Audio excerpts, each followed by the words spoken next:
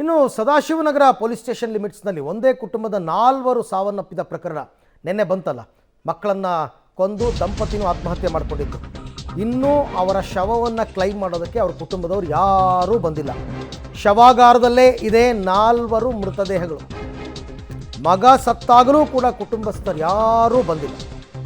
ಉತ್ತರ ಪ್ರದೇಶದಲ್ಲಿದ್ದಾರೆ ಈ ಅನೂಪ್ ಕುಟುಂಬಸ್ಥರು. ಅವನು ಬೇಜಾರಿದ್ದಿದೆ, ಅದು ನಮ್ಮ ಅಪ್ಪ ಅಮ್ಮನ ಜೊತೆ ಮಾತಾಡ್ತಿಲ್ಲ ಅಂತ. ಕುಟುಂಬಸ್ಥರು ಮಾತನಾಡಿಸ್ತಿಲ್ಲ ಅಂತ ಇಮೇಲ್ ಕೂಡ ಮಾಡಿದ್ದ ಅನೂಪ್ ತನ್ನ ತಮ್ಮನಿಗೆ, ಸಹೋದರನಿಗೆ ಇಮೇಲ್ ಮಾಡಿ ನೋವನ್ನು ಹೇಳ್ಕೊಂಡಿದ್ದ. ಇದೀಗ ಸತ್ತ ಬಳಿಕವೂ ಕುಟುಂಬಸ್ಥರು ದೂರ ದೂರ ಅನ್ನೋ ರೀತಿಯಲ್ಲಿ ಇದ್ದಾರೆ. ಯಾರಾದರೂ ಬಂದು ಬಾಡಿಯನ್ನು ಕ್ಲೈಮ್ ಮಾಡಿದ್ರೆ ಕೊಡ್ತಾರೆ, ಇಲ್ಲ ಅಂದರೆ 2 ದಿನ ನೋಡಿ 3ನೇ ದಿವಸ ಪೊಲೀಸ್ ಡಿಪಾರ್ಟ್ಮೆಂಟ್ ವತಿಯಿಂದನೇ ಅಂತ್ಯ ಸಂಸ್ಕಾರವನ್ನು ಮಾಡಿ ಮುಗಿಸ್ತಾರೆ ಅಷ್ಟೇ. ಬಟ್ ರಕ್ತ ಸಂಬಂಧ ಅಂತ ಯಾಕಾಯಿತು?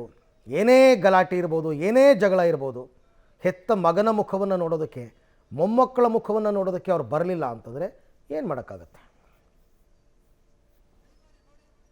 ಈ ಬಗ್ಗೆ ಮತ್ತಷ್ಟು ಮಾಹಿತಿ ನನ್ನ ಕೊಲೀಗ ಮುರಳೀಧರ್ ಅವರಿಂದ ಪಡೆಯೋಣ. ಮುರಳಿ, ಈಗ ಅವ್ರ ಕುಟುಂಬಸ್ಥರು ಬರೋ ಲಕ್ಷಣಗಳೇನಾದರೂ ಇದೆಯಾ? ಬಂದು ಬಾಡಿಯನ್ನು ಕ್ಲೈಮ್ ಮಾಡ್ಕೋತಾರಾ?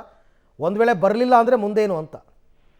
ಅರವಿಂದ್, ಏನಂದ್ರೆ ರಾಖಿ ಅಂತೇಳಿ ಅನೂಪ್ ಅವರ ಪತ್ನಿ, ಅವರ ಕುಟುಂಬಸ್ಥರೆಲ್ಲರೂ ಕೂಡ ಬಂದಿದ್ದಾರೆ. ಆದ್ರೆ ಅನೂಪ್ ಅವರ ಕುಟುಂಬಸ್ಥರು ಯಾರು ಕೂಡ ಉತ್ತರ ಪ್ರದೇಶದಿಂದ ಬಂದಿಲ್ಲ. ಯಾಕಂದ್ರೆ ನಿನ್ನೆ ಅವರ ಸಹೋದರನಿಗೆ ಪೊಲೀಸರು ಕಾಂಟ್ಯಾಕ್ಟ್ ಅನ್ನ ಮಾಡಿ ಮಾತುಕತೆಯನ್ನ ಮಾಡುವಂತ ಪ್ರಯತ್ನ ಮಾಡಿದ್ರು. ಆ ಸಂದರ್ಭದಲ್ಲಿ ಆತ ಬರ್ತೀನಿ ಅನ್ನೋದ್ರ ಬಗ್ಗೆ ಅಷ್ಟೇ ಮಾಹಿತಿಯನ್ನ ನೀಡಿರುವಂತದ್ದು. ಆದ್ರೆ ನಿನ್ನೆ ರಾತ್ರಿಯ ತನಕನೂ ಕೂಡ ಅವರ ಕುಟುಂಬಸ್ಥರು ಯಾರು ಕೂಡ ಬಂದು ಆ ಬಾಡಿಯನ್ನ ಕ್ಲೈಮ್ ಮಾಡುವಂತದ್ದು ಇರ್ಬೋದು ಅಥವಾ ಬಾಡಿಯನ್ನ ನೋಡುವಂತದ್ದು ಇರ್ಬೋದು ಯಾವುದು ಕೂಡ ಮಾಡ್ತಿರ್ಲಿಲ್ಲ. ಯಾಕಂದ್ರೆ ಅನೂಪ್ಗೆ ಮತ್ತು ಅವರ ಕುಟುಂಬಸ್ಥರಿಗೆ ಇದ್ದಿದ್ದಂತದ್ದೇ ಒಂದು ಬೇಜಾರು. ತನ್ನ ಕುಟುಂಬ ನನ್ನಿಂದ ದೂರ ಇದೆ, ಜೊತೆಗೆ ನನ್ನ ಜೊತೆಯಲ್ಲಿ ಸರಿಯಾಗಿ ಮಾತನಾಡ್ತಾ ಇಲ್ಲ, ಪದೇ ಪದೇ ಮಾತನಾಡಿದ್ರು ಕೂಡ ಕೆಟ್ಟ ಪದಗಳನ್ನ ಬಳಸಿ ನನ್ನ ಜೊತೆ ಮಾತನಾಡ್ತಾರೆ, ಈ ರೀತಿಯ ವಿಚಾರಗಳನ್ನ ತನ್ನ ಡೆತ್ ನೋಟ್ ನಲ್ಲಿ ಕೂಡ ಬರ್ದಿದ್ರು.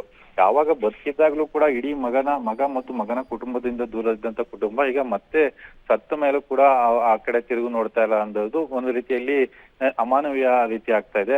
ದಾರುಣವಾಗಿ ಈ ಪ್ರಕರಣ ಇರುವಂತದ್ದು. ಸದ್ಯಕ್ಕೆ ಪತ್ನಿ ಅಂದ್ರೆ ಅನೂಪ್ ಅವರ ಪತ್ನಿಯ ಕುಟುಂಬಸ್ಥರು ಈ ಬಾಡಿಯನ್ನ ಕ್ಲೈಮ್ ಮಾಡ್ತಾ ಇರುವಂತದ್ದು. Arvind, okay, thank you Murali ತಮ್ಮೆಲ್ಲ ಮಾಹಿತಿಗಾಗಿ.